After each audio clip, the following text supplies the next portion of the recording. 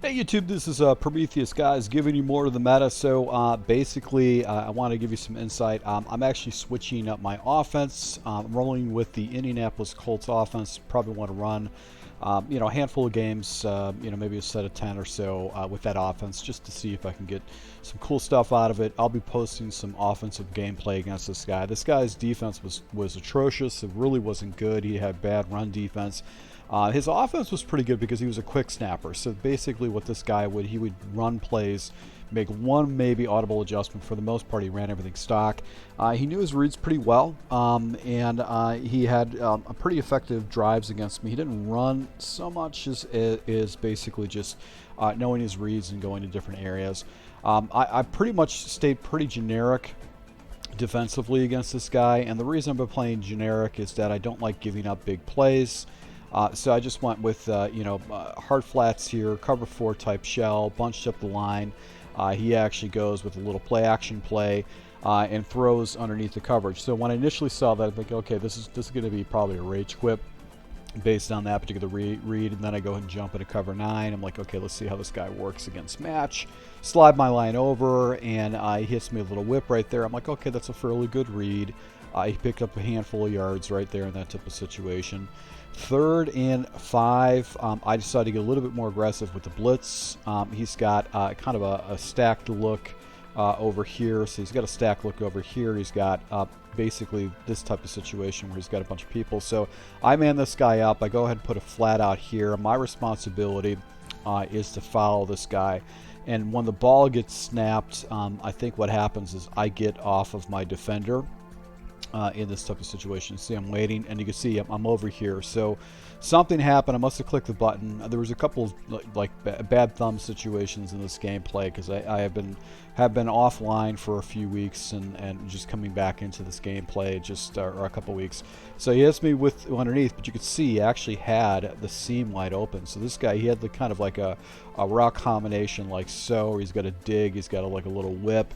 So this guy's locking into one specific player that he wants to go to. He had the seam. He didn't read that, and that could have potentially been a touchdown. So not the highest level player, but I just got myself in a bad defensive position. So now I decided to go and hit this guy with just a really aggressive man blitz.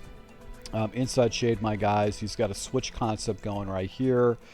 He's got that. I think he's got a little post going over, and then a hitch.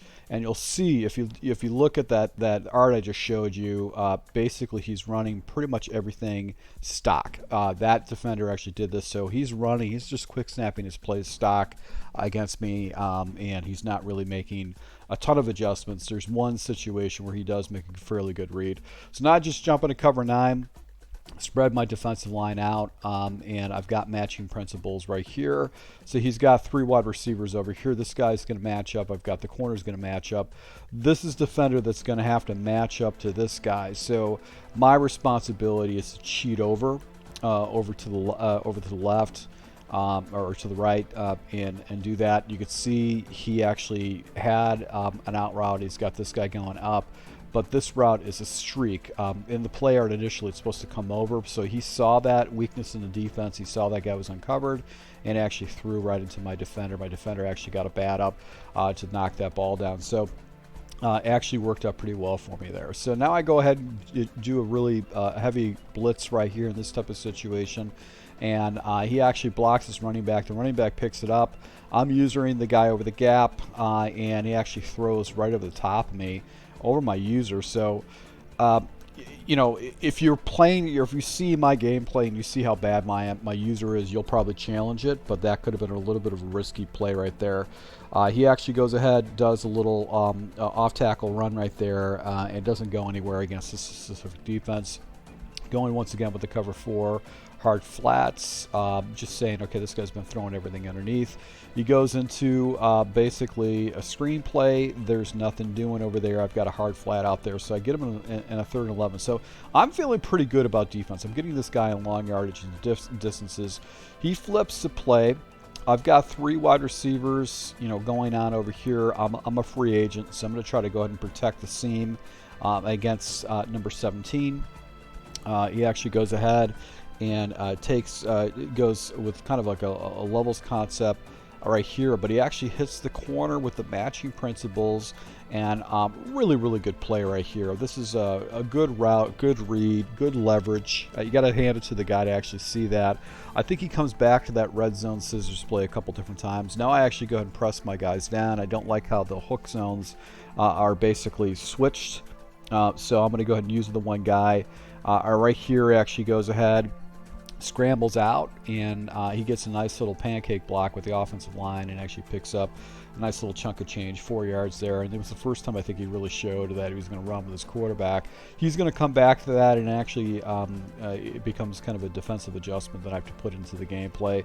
Go back with the contains once again. He actually hits a flat. No defender out there. I think I cloud flatted my guy, so that's why the guy didn't come down and play that flat. But that scissors route would have been open. So he jumps in and basically, I guess, audibles out of the play. And right here I'm going with a cover 2 shell, and he hits me with basically a run play with the running back. He gets the ball in the end zone with basically cover 2. So right now I think the score is basically I'm up by basically 7. He has to get the ball down the field pretty far, and you can see what he's doing. He's just got a little wheel. He's got a mesh concept going on. Right here he's got another guy going out, so he's just hitting me with levels across the board, and I just get myself slightly out of position. He actually completes that, takes a timeout. He's got basically 20 seconds left. I can't give up any kind of big plays, so I'm going to stay in cover 4 against this guy, and actually throws verticals. So he's just quick snapping verticals stock. He's got verticals going on. He's got the underneath route. And my responsibility is to get back to this specific play, and I'm able to go ahead and knock that out. It could have been a completion based on his read, but I get him into a 3rd and 1. I'm going to stay with quarters. Once again, I can't let this guy beat me over the top. If he wants to dink and dunk me underneath, then fine. But I can't give this guy any cheap yards. He goes with basically kind of an out, a clear out.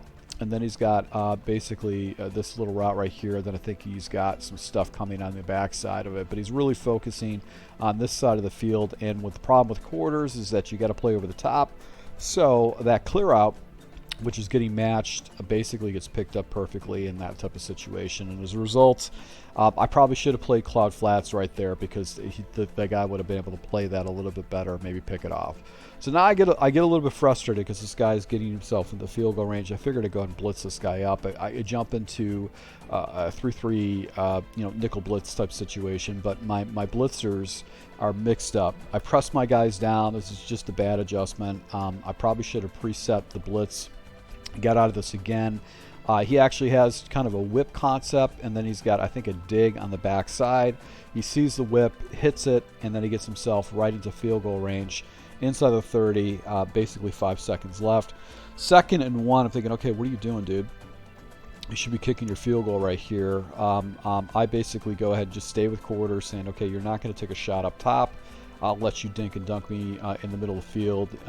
If you get yourself a handful of seconds with a completion, fine, but I'm not going to go ahead and give that to you. He actually goes a little out and actually gets a completion. I probably could have went hard flats, but once again, I didn't want to give up any kind of big plays. I want to make sure I had guys that are going to be in the seams and not give this guy an opportunity. But quickly and smartly, he settles for 3 and goes with there.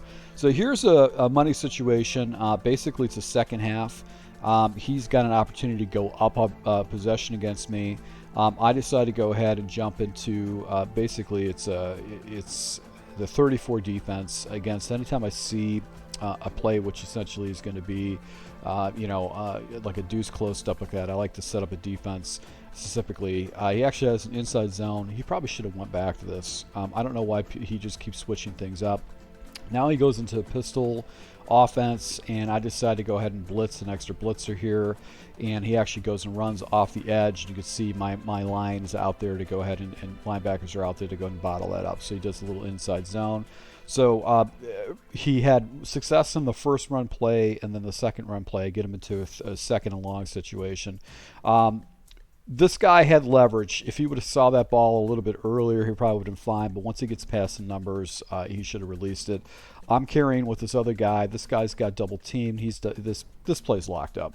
Basically, everything's locked up. I think I've got a spy out there because he has been running with his quarterback, and right here put him into a 3rd and 6. So feeling pretty good about that. He no huddles, and I don't really have specifically a great defense for no huddle, but I go ahead and jump into a man blitz. I think my defense was a little bit mixed up right here. I think I have a specifically different type of blitz right here. So it's a crossfire blitz. I push my line off to the side. I get myself a nice little edge rush off the edge, and I'm just kind of clearing out right here. He tries to throw over the middle of the field, and as a result, I get him to a 4th and 6. And this is a huge play. Now I go ahead and jump into just a nickel overload blitz, and I'm just going to take my guy down to the box. I like to go ahead and shade inside. You know, if a guy wants to hit me to the outside, that's fine, but I'm not going to let him do things over the middle of the field. I'm going to take this guy, put this out in the hard flat. I'm going to go ahead and pass commit in this type of situation. I'm going to take these guys down to the box so I can get this edge rusher off the edge. And if he tries to hit me with a flat, I've got a defender out there that's going to go ahead and play that. So let's just go ahead and roll the film, getting over the center. In this type of situation, you can see the pressure comes out. This guy's sliding out, freezing this kind of a route. He's got this out route that's available, but I think he's looking for the stuff off the left side. You can see he's actually facing this direction, and he doesn't know necessarily where to go with it. And the pressure comes in, and I get my first stop again in the game against this guy. So I'll take it. Now I'm up basically 21-10 against this guy, and he actually goes ahead and runs another play. So this guy's really digging deep into his playbook, play stock. He takes off this quarterback.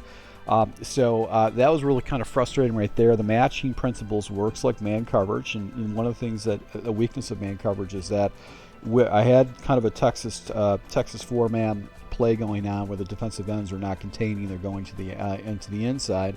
And that type of situation, basically you can run with your quarterback because those guys are not going to be a factor. Right here I jump off the wrong guy. I should have been using this guy over the middle field, or actually this guy over the middle field, and he actually hits me right over my coverages, you know, into the sweet gap right there with that. So we're going to go ahead and run the same defense. Now what I chose to do is I want to have a guy that's going to be able to run around with this quarterback, defensive tackles, or 70 speeds. So I want to put someone that's going to be like, you know, 80 speed plus to chase down the running back, so or the quarterback. I'm going to stay with cover 4, and the reason I'm staying with cover 4 is that I don't want this guy to get any easy, quick plays and want him to throw underneath.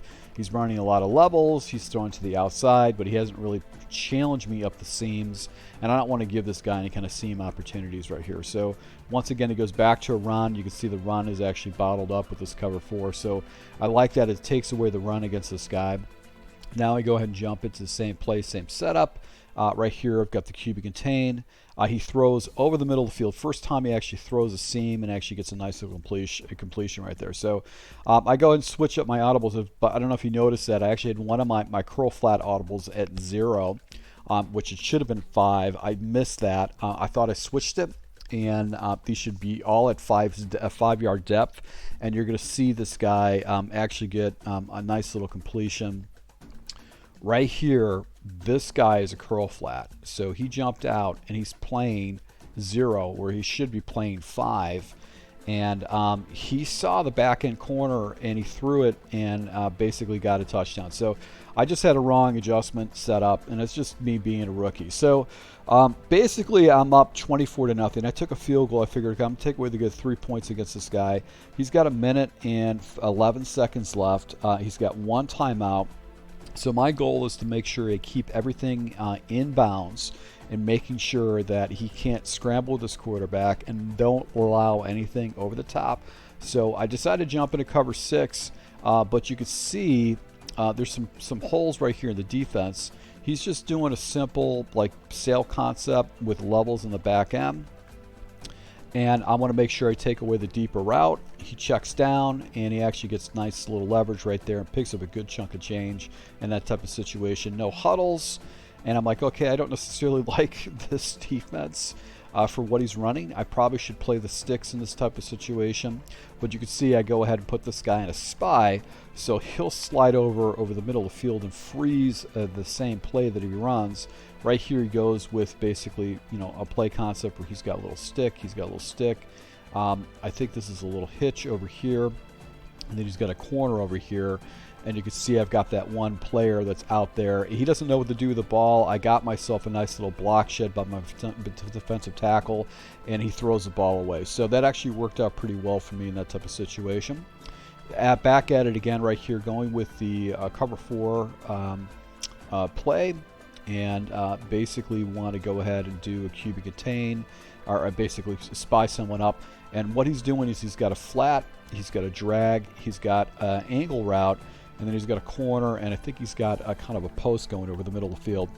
So I'm gonna play low, and then I'm gonna start coming back, and you see me reacting to that right here. I start coming back up, and he misthrows the ball. So that's the advantage. That's the disadvantage of playing with a rookie quarterback or a quarterback that's lowly rated, is that in these critical times you're going to have misthrown balls.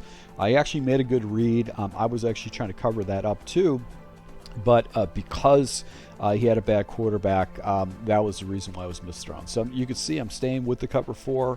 Once again, I'm pulling my guys off and saying, if you want to hit me underneath, that's fine. I want to burn that time out, but you're going to get you'll get an opportunity for 3 points, but you're not going to get an opportunity for a touchdown. So he settles down right here underneath, quick throws it. And then no huddles. You can see the clock ticking away. That took away essentially about 10 seconds or so. Get down to an area where he's got time for a few plays right here, and he throws to the outside.